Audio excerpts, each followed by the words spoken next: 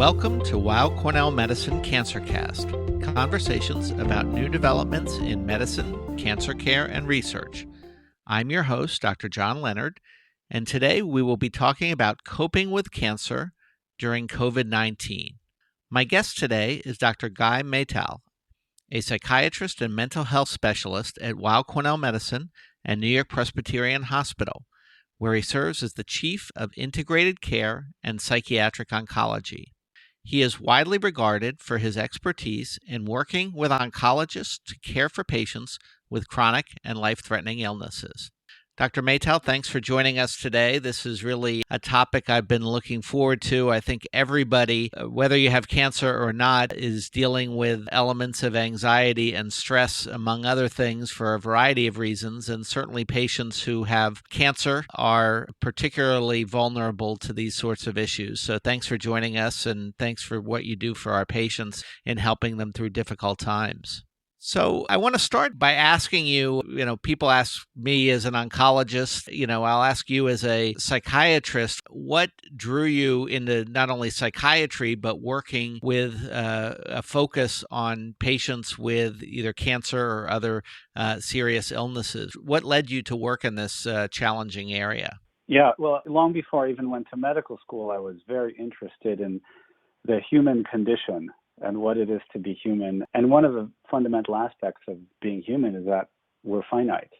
And when I got to medical school and decided to become a psychiatrist, I fell in love with both psychiatry and internal medicine. And throughout my career, I have often worked at the interface because I think it's a space where people are really grappling with the questions not only of how do I get through this illness, but what does this illness mean for me, for my life, for my family, and how can I cope better during it? How can I recover from it? How can I deal with if I'm not going to recover from it? So all of those things were things that I was interested in and became very passionate about. And like many of us who are in medicine, it's often one or two or three patients who taught me things and who inspired me to pursue this. All of those led me to this place.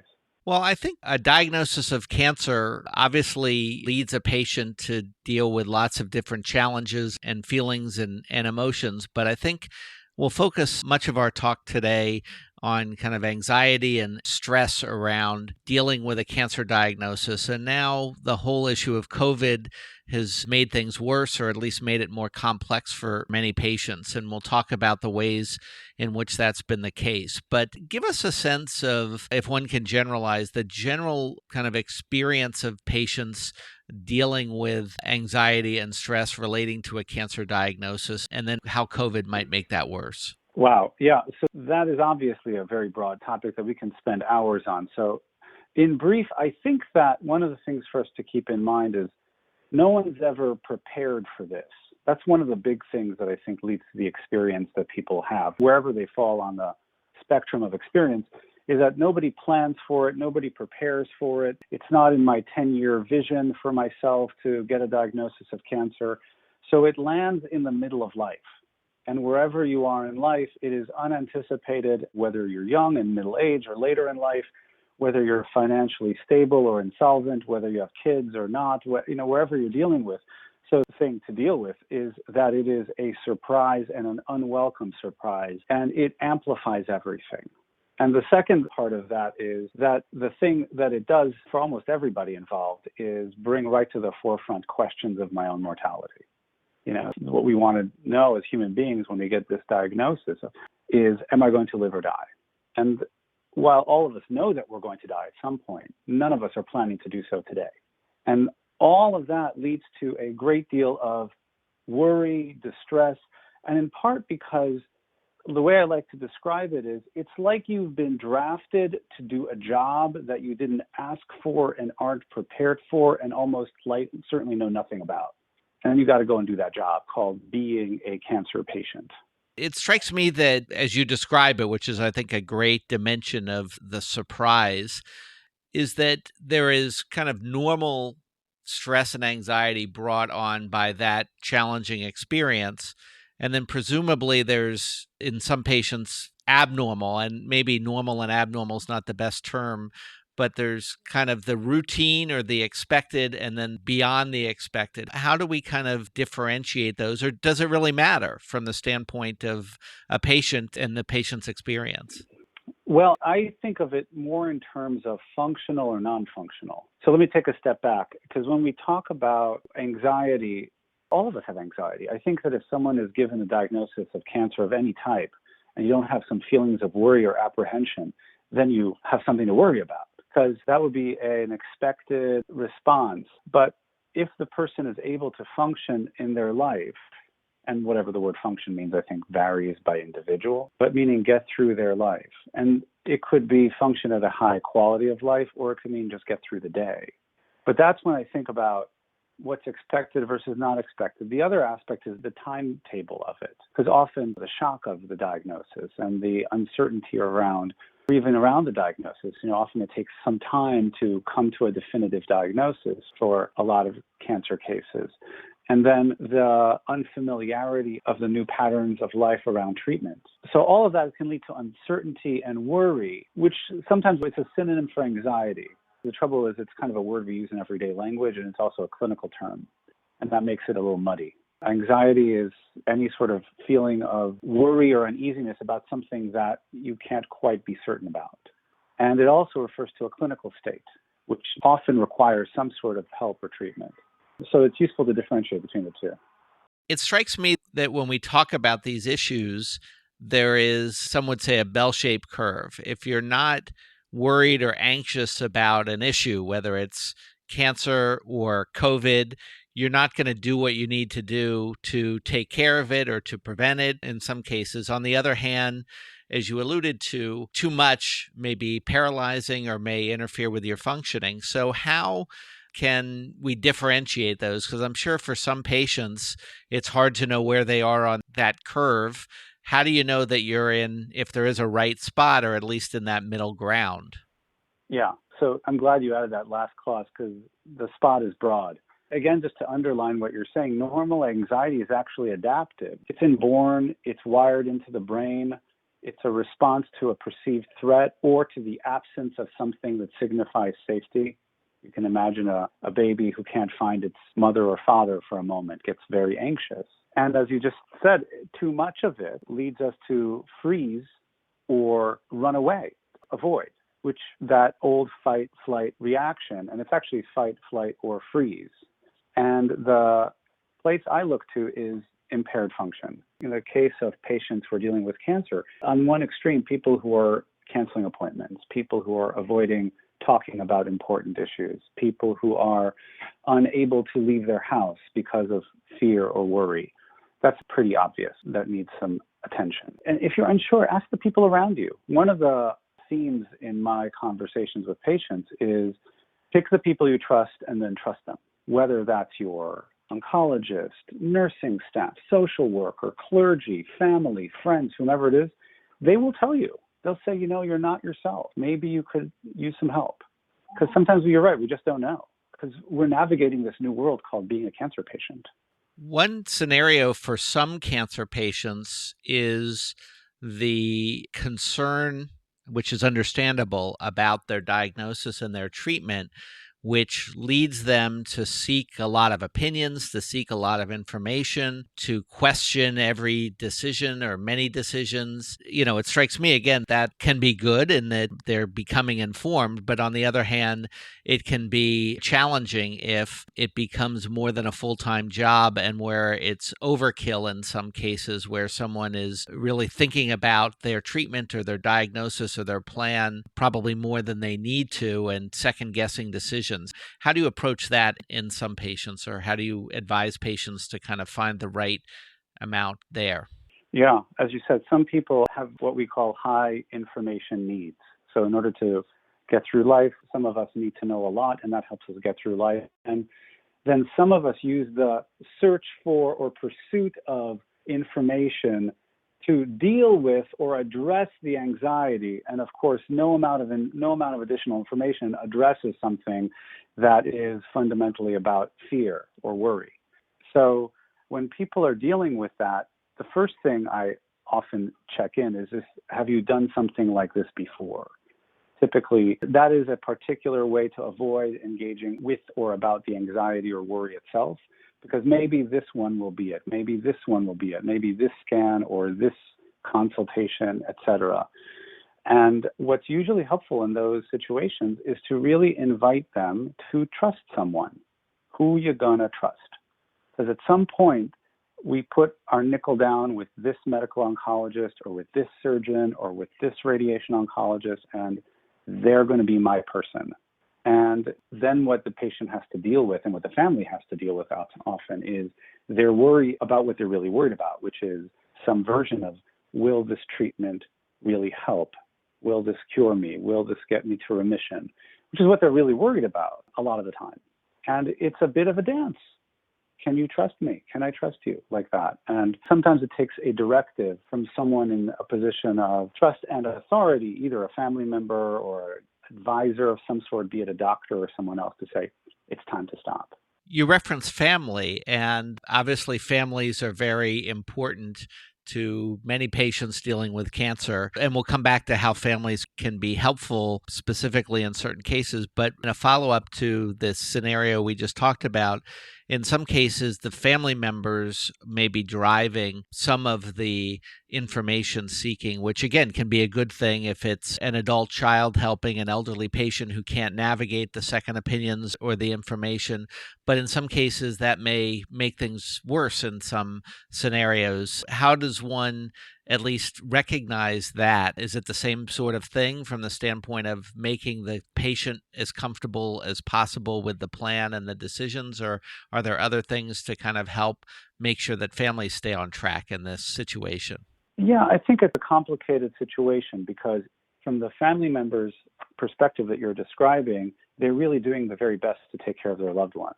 And to others from the outside, it looks like they might actually be interfering with care, meaning at least delaying care that might benefit their loved one. So again, it's kind of a tricky situation because one of the things I sometimes suggest is simply asking the patient what would they like to do.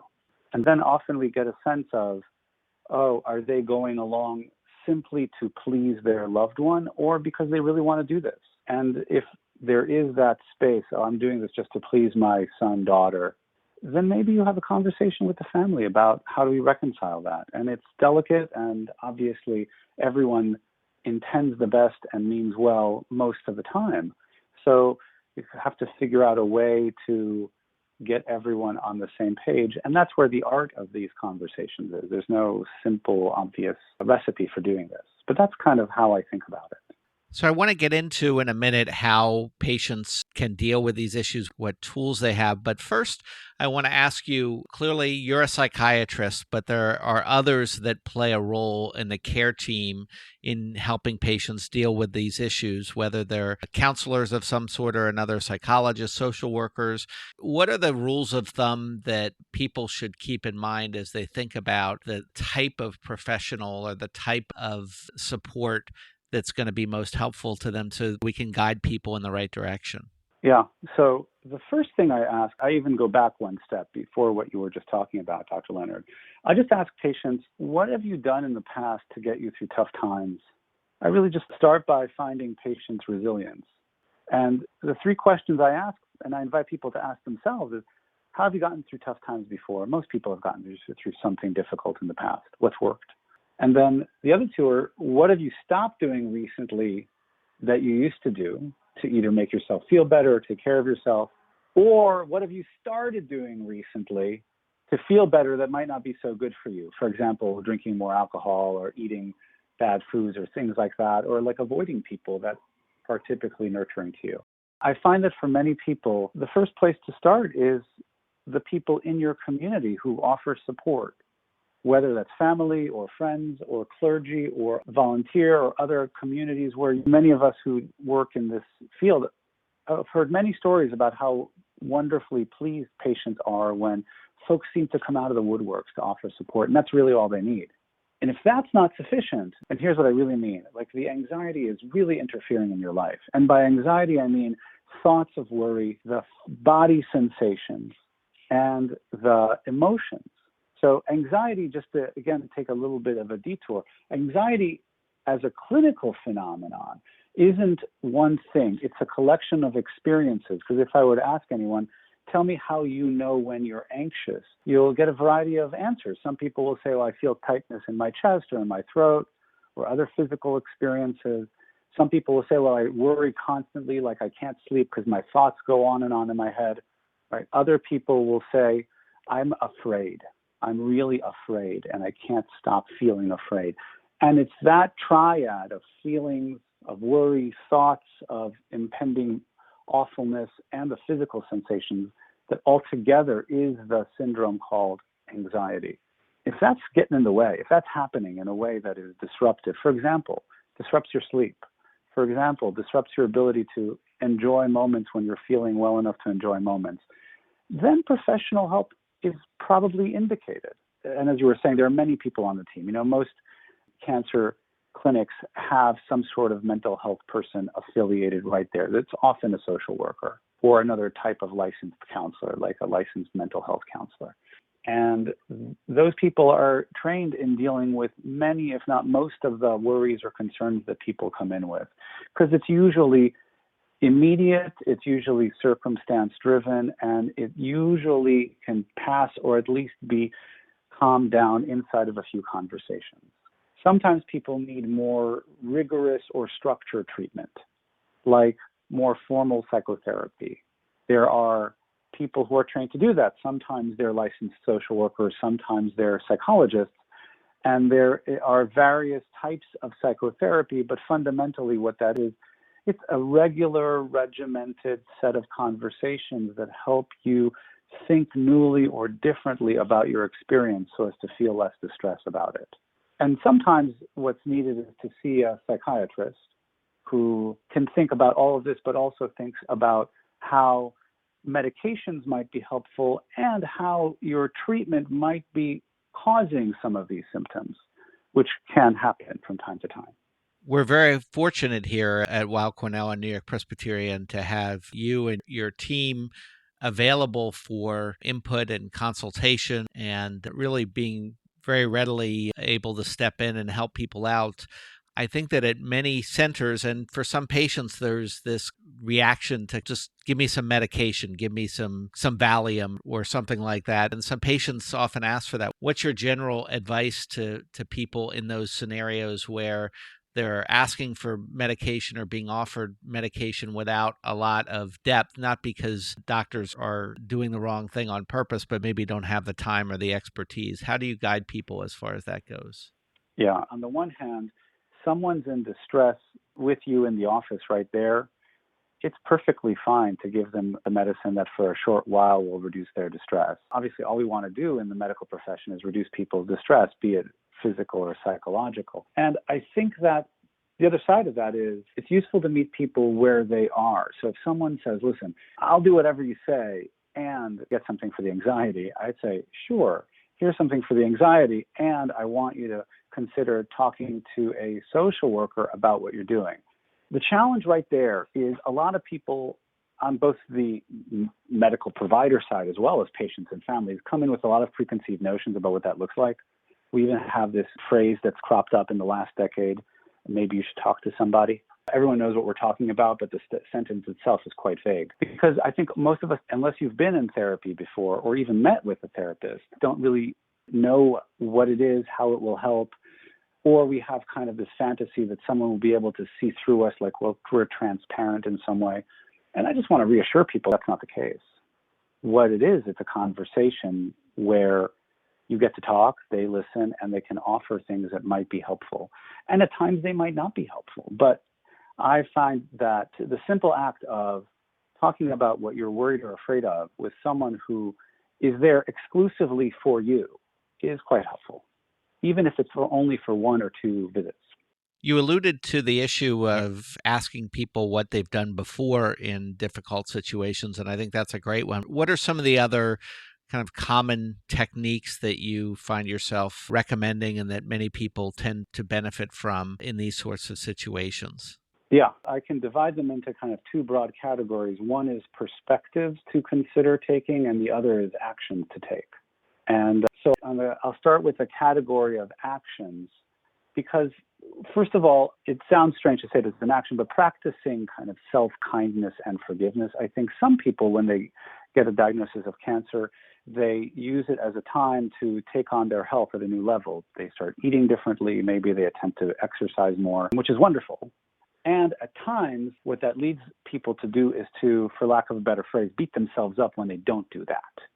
So I really invite people to be okay with where they are, and that whatever is happening is simply what's happening, and to practice being kind. I think it's really important. One of the things I advise people to do, particularly in this past year, is to limit their exposure to the news. Everyone was home. The political situation, at least in the United States, was quite complicated, and people were watching news and getting anxious. And one of the interventions was stop watching the news, or at least read it. The other thing I advise people, for example, there are a couple of pretty simple things, is what I call a worry budget, meaning you're allowed to worry only for a certain amount of time per day. And then when a worry comes up, you don't worry, you just write it down and go about your day. It's a bit of a practice. It seems corny, but it's actually kind of effective, meaning for the next half hour, I'm going to worry about everything that I worry about. But for the rest of the day, every time I have a worry, I'm going to write it down in some notebook. And it's useful, it's practical, it's something family can support patients around. It's simple, and once you get past the hokey flavor of it, it's pretty effective. And whatever people need to do regarding connection with others, some people really need to connect and some people don't. And especially now, judging where you are, I think it's important to know what you need in terms of human connection and how you're going to get it, be it in person or by phone or by video chat. But that's really important right now.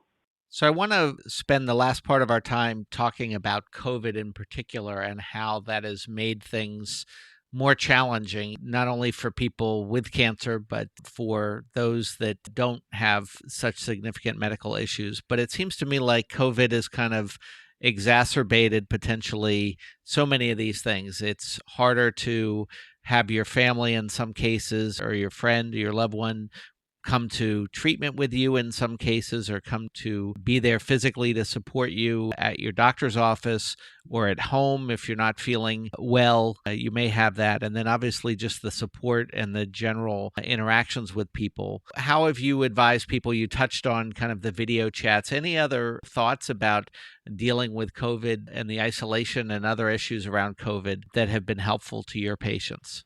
Yeah, a couple of things. One is that you're not alone even if you're physically isolated. There are lots of people, and it's easy to forget when we're physically isolated that we're actually not alone. There's always someone to reach out to. Even if you have no one in your personal life, you've got a clinical team that can always be of support.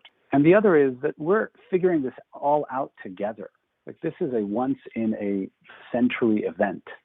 So what it comes with is a whole lot of uncertainty, meaning we just don't know, and I think that's driving up everyone's anxiety. I don't think there's much more to do other than what I've already said, besides acknowledging that this is really unusual and really difficult, and feeling more distressed and worried is completely appropriate. I think sometimes people feel like they shouldn't be upset or worried. Sometimes family members think that patients shouldn't be upset or worried. And in some families, in some cultures, people say, well, if you think negative thoughts, that will bring about negative outcomes. So reassuring people that's not the case also is really helpful, because as much as we would love to see people the way we did before the pandemic, we're constrained by the current constraints, but it's all for the greater good of everyone's health. And we're in it together. Patients have their families and patients have their medical providers. And for me, that has been the critical piece. One of the things that I find fairly commonly, I'm sure you see as well, in people dealing with cancer is the lack of control, that so many things are kind of out of your hands. And one observation, I'm interested in your thoughts, is that while COVID is obviously challenging on many levels for cancer patients, one thing that it does in some ways is add a little bit of control from the perspective of being able to take precautions for those who can, and obviously some can't because they have to go to work or they have challenging living situations or whatever. But I've noted a number of patients that being able to take precautions to distance and to wear masks and other things, actually, it's almost like a project that has focused some people in being able to do something proactively. And I think that's something that some people react to well, because hopefully that doesn't go over to the other side where people are paralyzed to go outside or do things they need to do. But I do think that having something to do in that area for some people has been a helpful sort of thing. I don't know if that's something you've observed. Well, it's interesting. I hadn't, probably because people who are behaving like that wouldn't need to see me because they're feeling fine and feeling more in control and less worried. I've seen where that goes to the extreme, where people are so worried about taking precautions that they are paralyzed and, in fact, prevent their loved ones, the people whom they share a home with, from doing what they need to do because of the fear and worry. The other side of that, and one other thing I've observed, is some people, especially people who are actively immunocompromised, during the height of the pandemic and currently feel a lot more reassured, because before the pandemic, everyone knew that someone walking around with a mask and gloves likely had cancer. Now they just fit in. So they actually, ironically, feel more connected because everyone now has to put on the same precautions that they previously were the only ones who had to. So I'll finish up by asking you to predict the future a little bit, not so much in the cancer way, but in the COVID world. You're used to dealing with people going through challenging illnesses and conditions. How do you think collectively our psyche is going to be as we come out of COVID, as people, I don't want to say re-enter the world, but kind of come out of this pandemic? It seems to me like there'll be some positive and some negative things as far as how people have coped and their resilience and how they face the stresses and anxieties of the world ahead. Any thoughts about how you see that kind of playing out on a global scale? I know it's a tough question, but it seems like in some ways there'll be different pathways probably. I think so. I think on the one hand, to give you as big an answer as the question is big, I think it really will be what we make of it. I am hopeful, though. I think that we could either go back to the way it was, which there's nothing wrong with the way it was, but I think we have an opportunity to elevate our empathy for one another, our connection, and the deeper understanding that we are all interconnected in a way that is now more visceral than ever. I think that one of the things we'll have to relearn is how to be with people again in kind of a funny sort of way. Socializing is a skill like anything, and we'll have to practice how to actually be with people without masks. Do we shake hands? Do we hug? I don't know. I think we'll have to relearn how to do that, and it'll be interesting to see that. But I'm hopeful that we'll come out of this more connected and more cognizant of our dependence on one another. Well, I think that's a great final thought. And I think you're right. We're all in this together as we kind of try to navigate this as something that hopefully will translate to greater support for each other and for patients dealing with cancer and other serious illnesses in the future. So I want to thank you for joining us today. This has really been a great discussion, and I think given us some good suggestions to navigate the world that we're in and the challenges that our patients are facing. Again, I want to appreciate all the support you have provided for our patients at Weill, Cornell, and NewYork-Presbyterian. It's great to have colleagues that really collaborate in the care of all of the needs of our cancer patients, including the areas we've talked about today. I want to invite our audience to download, subscribe, rate, and review CancerCast on Apple Podcasts, Google Podcasts, or online at weillcornell.org. We also encourage you to write to us at cancercast@med.cornell.edu with questions, comments, and topics you'd like to see us cover more in depth in the future. That's it for CancerCast, conversations about new developments in medicine, cancer care, and research. I'm Dr. John Leonard. Thanks for tuning in.